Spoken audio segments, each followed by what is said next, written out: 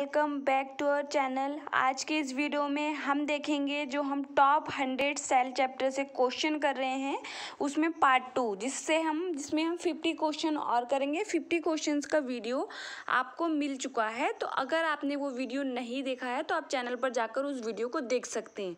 देखिए, हमने आपके आरआरबी ग्रुप डी के लिए जो आपका 2020 में 17 अगस्त से एग्ज़ाम शुरू होने वाले हैं उसके लिए क्रैश कोर्स चलाया है, जिसमें आपका कंप्लीट सिलेबस मिलेगा। आपको इम्पॉर्टेंट टॉपिक हम उसमें कवर करेंगे जिसको समझना ज़रूरी होता है। क्वेश्चंस के फॉर्म में आपको कंप्लीट चैप्टर कराए जाएंगे। आपको बहुत ही जल्द जो मोस्ट इम्पॉर्टेंट क्वेश्चन हैं सारे सब्जेक्ट से, फिजिक्स, केमिस्ट्री, बायो, वो आपके लिए लाई जाएगी, जिसमें हम टॉप 100 में उसको डिवाइड करके आपके लिए प्रोवाइड कराएंगे। तो अगर आप चैनल पर नए हैं तो चैनल को सब्सक्राइब कीजिए। जहाँ पर इम्पोर्टेंट चैप्टर चल रहे हैं जो आपके क्रैश कोर्स में चल रहे हैं, वहाँ पर ये सीरीज़ और आपका वीडियोस बहुत ज़्यादा ज़रूरी हैं जो दूसरे चैनल पर है। उसका लिंक आपको नीचे आपके कमेंट बॉक्स में मिल जाएगा। जब आप वीडियो देखेंगे तो कमेंट जहाँ करते हैं वहाँ पर मिल जाएगा, तो आके जाके आप उस चैनल को सब्सक्राइब कीजिए। जहाँ पर मैं सेल पढ़ा चुकी हूँ, अब मैं टॉप 100 क्वेश्चंस में जो वहाँ पर रह गया था उसको यहाँ पर कवर कर रहे हैं। तो आप इस क्रैश कोर्स को ज़रूर से ज़रूर ज्वाइन कीजिए। आप देखेंगे आपको मोस्ट ऑफ द क्वेश्चन यहीं से मिलेंगे। आपको ज़्यादा इधर उधर भागने की कोई ज़रूरत नहीं पड़ेगी। हम आपको कंप्लीट साइंस आपकी करा के देंगे। तो आपने चैनल को सब्सक्राइब करके रखना है दोनों ही चैनल पर। और आपको कौन सा टॉपिक समझने में डिफ़िकल्टीज़ होती हैं आपने कमेंट ज़रूर करना है। आपका कोई भी डाउट हो, कोई भी क्वेश्चन हो, आप कमेंट सेक्शन में पूछ सकते हैं। आज की वीडियो में फर्स्ट क्वेश्चन आपको आपकी स्क्रीन पर दिख रहा है। निम्न में से कौन रंगहीन लवक है? Which of the following is a colourless plastid? तो देखिए, आपके जो प्लास्टिड होते हैं वो सिर्फ और सिर्फ प्लांट में पाए जाते हैं। अब ये 3 प्रकार के होते हैं, आपका क्रोमोप्लास्ट, क्लोरोप्लास्ट और ल्यूकोप्लास्ट। देखिए, ग्रीन कलर जो होता है वो आपका क्लोरोप्लास्ट में होता है।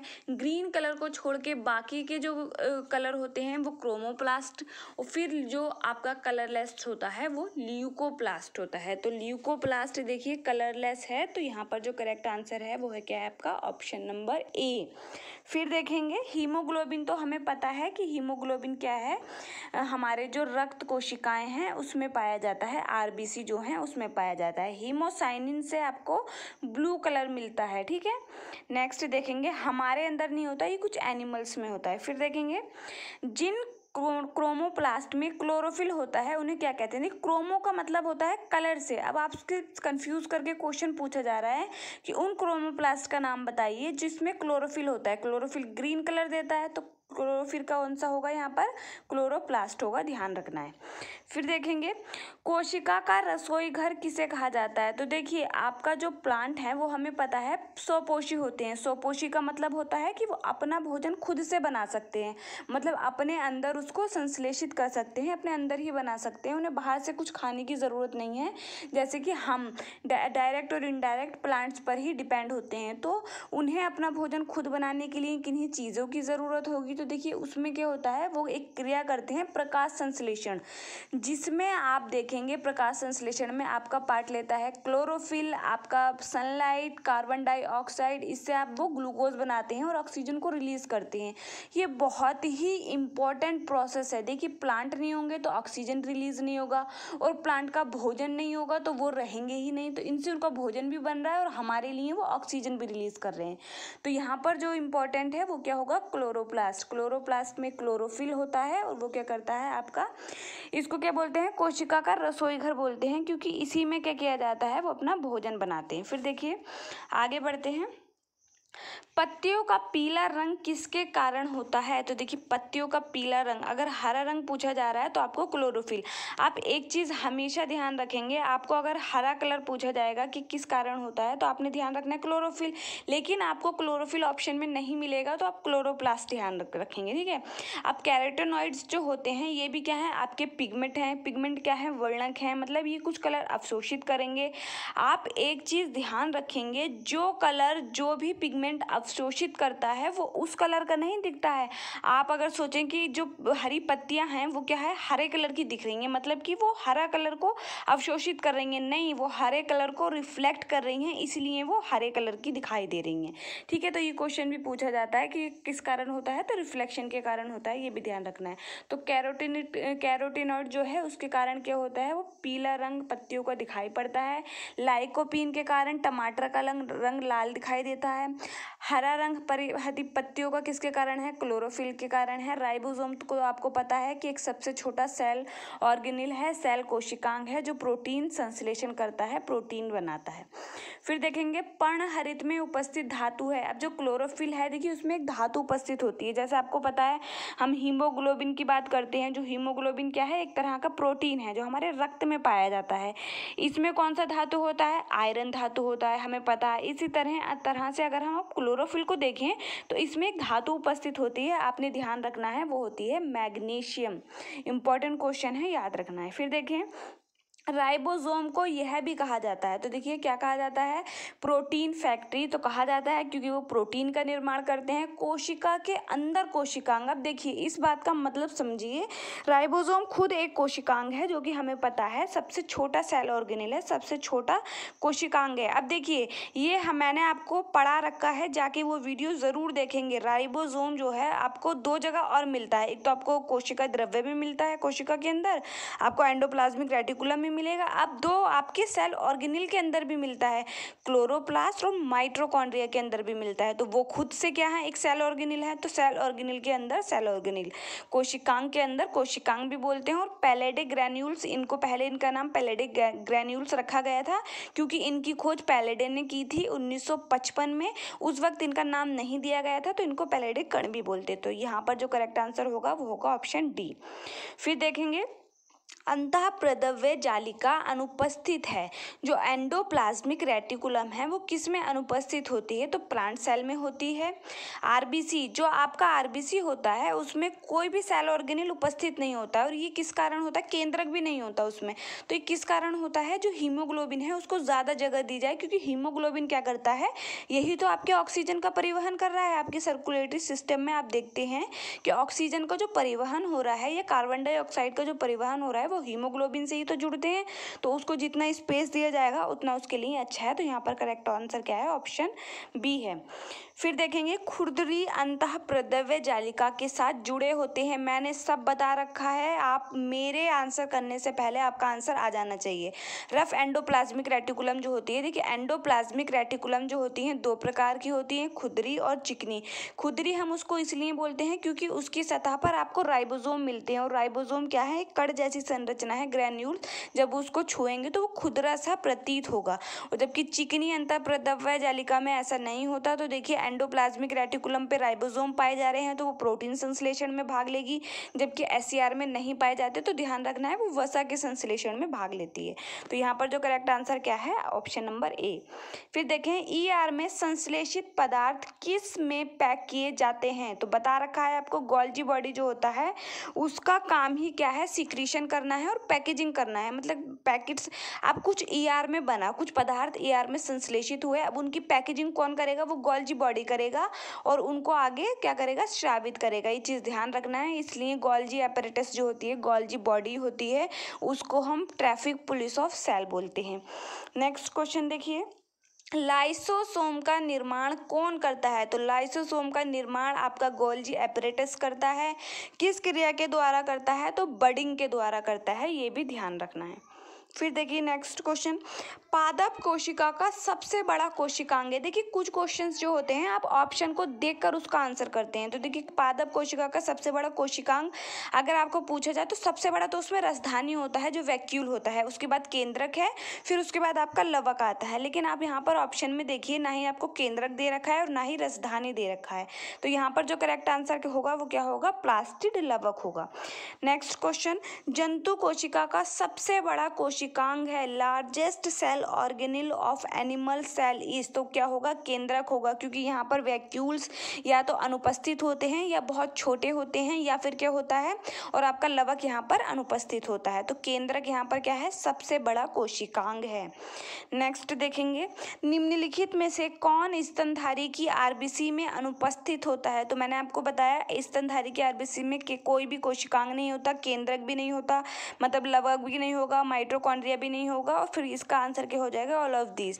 तो आपसे एक क्वेश्चन ये भी पूछा जाता है कि जो आरबीसी हैं वो वायवीय शोषण में भाग क्यों नहीं लेती हैं, क्योंकि उनके पास माइटोकॉन्ड्रिया ही नहीं है, और माइटोकॉन्ड्रिया में ही तो आपका वायवीय शोषण होता है, तो वायवीय शोषण कर ही नहीं सकती। फिर देखिए नेक्स्ट क्वेश्चन, निम्न में से कौन पादप कोशिका में गोल्जी उपकरण है, which of the following is a Golgi apparatus in plant cell. तो देखिए जो गोल्जी ऑपरेटस होता है, जो गोल्जी बॉडी है, उसको प्लांट सेल में बोला जाता है डिक्टियोसोम, ध्यान रखना है।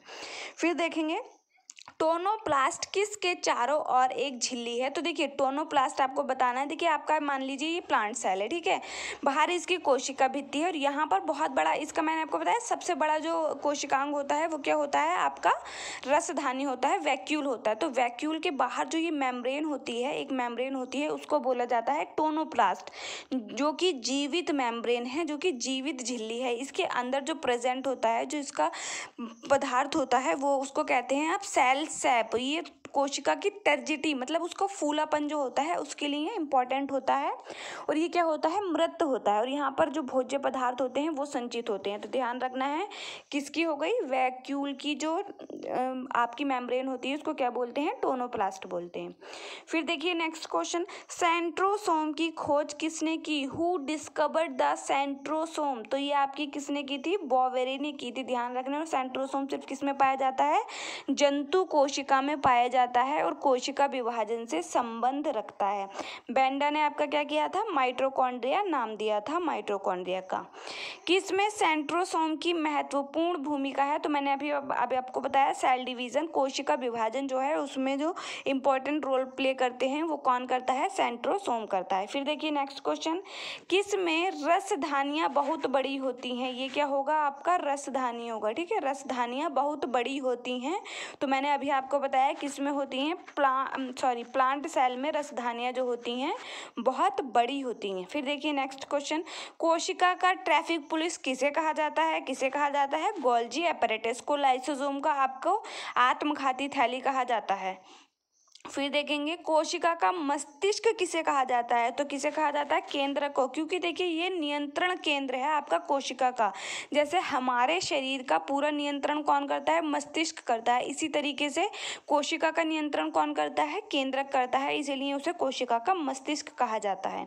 फिर देखिए कोशिका में केंद्रक की खोज किसने की थी, रॉबर्ट ब्राउन ने की थी, रॉबर्ट हुक ने कोशिका की खोज की थी, एंटोनी वॉन ल्यूवेनहॉक ने आपका जीवित कोशिका की खोज की थी, रॉबर्ट कोच ने कॉच पास्टुलेट दिया, जिसमें इन्होंने जर्म थ्योरी ऑफ डिजीज को भी दिया, ठीक है। नेक्स्ट क्वेश्चन देखेंगे, निम्न में से किस में वास्तविक केंद्रक का अभाव होता है। तो मैंने आपको प्रोकैरियोटिक और यूकैरियोटिक कोशिका के बारे में बताया है। प्रोकैरियोटिक कोशिका में वास्तविक केंद्रक का अभाव होता है। अब यहाँ पर आपको एग्जाम्पल देखना है कि कौन सा एग्जाम्पल जो है वो प्रोकैरियोटिक कोशिका का है।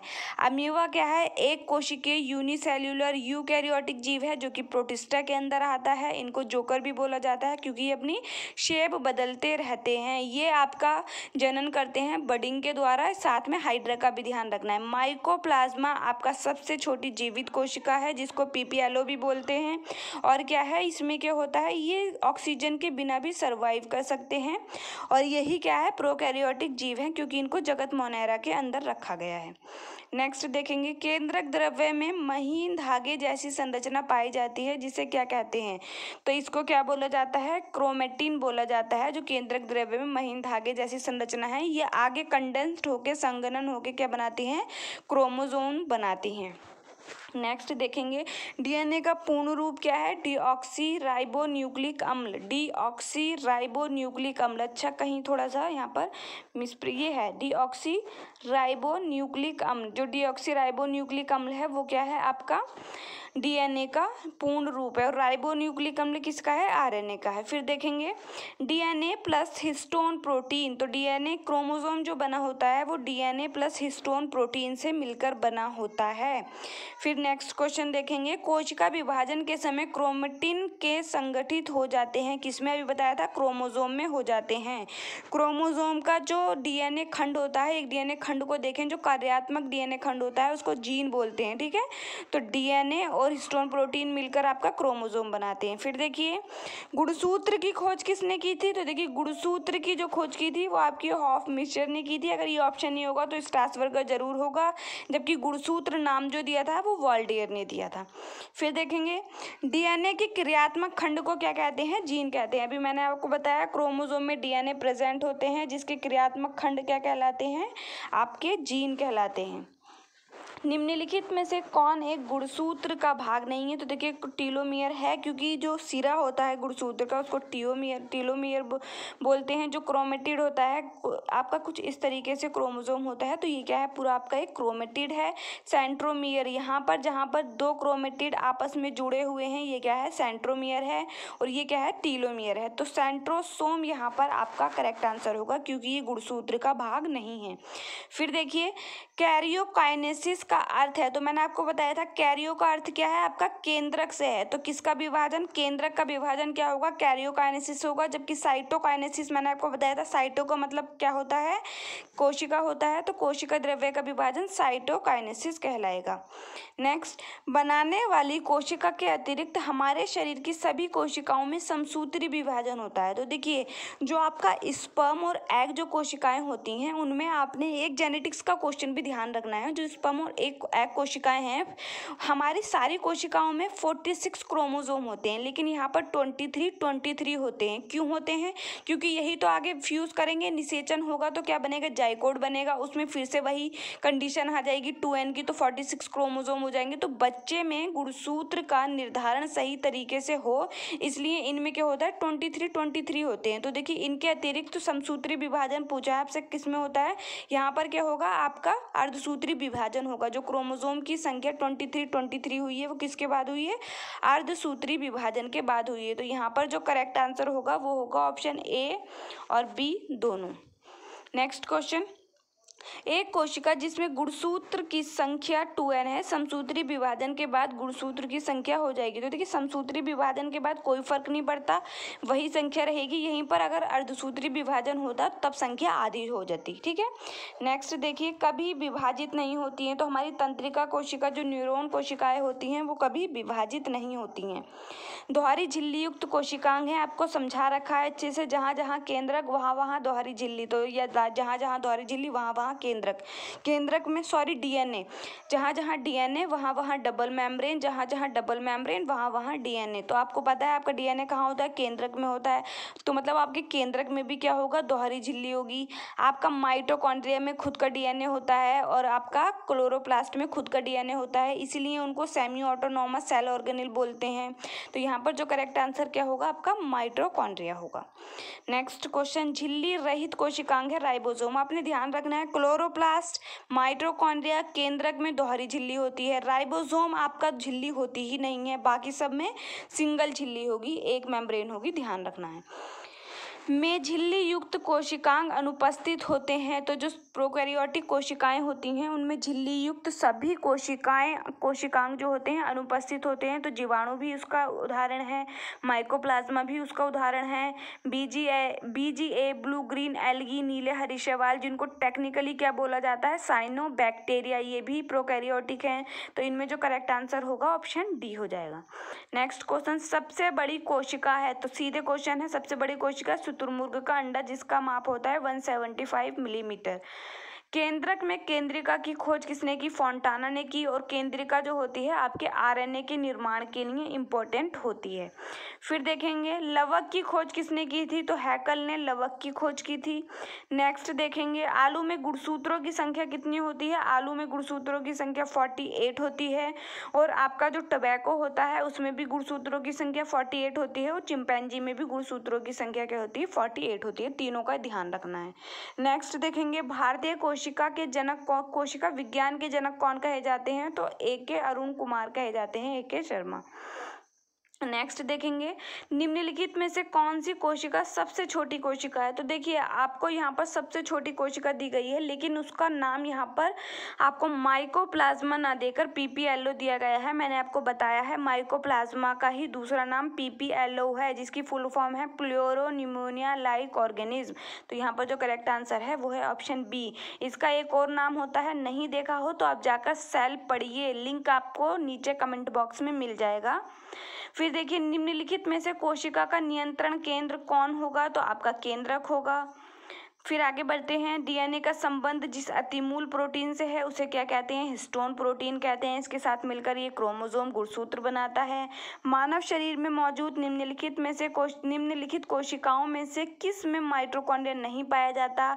आरबीसी में नहीं पाया जाता, अभी आपको बताया था। फिर देखेंगे प्रोटोप्लाज्म किससे मिलकर बना होता है? तो आपका जो प्रोटोप्लाज्म होता है वो कोशिका द्रव्य और केंद्रक द्रव्य मतलब साइटोप्लाज्म और न्यूक्लियोप्लाज्म से मिलकर बना होता है प्रोटोप्लाज्म। अगर प्रोटोप्लाज्म में से माइनस कर देंगे आपका केंद्रक तो क्या बचेगा? साइटोप्लाज्म बनेगा। तो यहाँ पर करेक्ट आंसर है ऑप्शन सी। नेक्स्ट देखेंगे प्रोटोप्लाज्म को जीवन का भौतिक आधार किसने कहा? हक्सले ने कहा। डुजार्डिन ने इसकी खोज की। बेंडा ने आपका जो माइटोकॉन्ड्रिया है उसका नाम दिया। अल्टमान ने उसकी खोज की माइटोकॉन्ड्रिया की। फिर देखिए कोशिका झिल्ली का तरल मोज़ेक मॉडल किसने दिया? देखिए कोशिका झिल्ली जो है वो आपकी लिपिड और प्रोटीन से बनी होती है। ये इस मॉडल से सिद्ध हुआ तरल मोज़ेक मॉडल से। इसमें दोहरी झिल्ली आपकी दोहरी परत होती है आपकी लिपिड की, और प्रोटीन उसके किनारे में भी पाए जाते हैं और आपके बीच में भी पाए जाते हैं। ठीक है, ये मॉडल किसने दिया था? ये निकोलसन और सिंगन ने दिया था 1972 में। ध्यान रखना है। तो यहाँ पर करेक्ट आंसर ऑप्शन सी हो जाएगा। ये थे इंपॉर्टेंट क्वेश्चन। वीडियो से आपको कुछ भी सीखने मिला हो तो शेयर, सब्सक्राइब और लाइक करना ना भूलें। कोई भी कमेंट हो तो आप नीचे पूछ सकते हैं, हम आपको उसका आंसर जरूर देंगे। Thank you.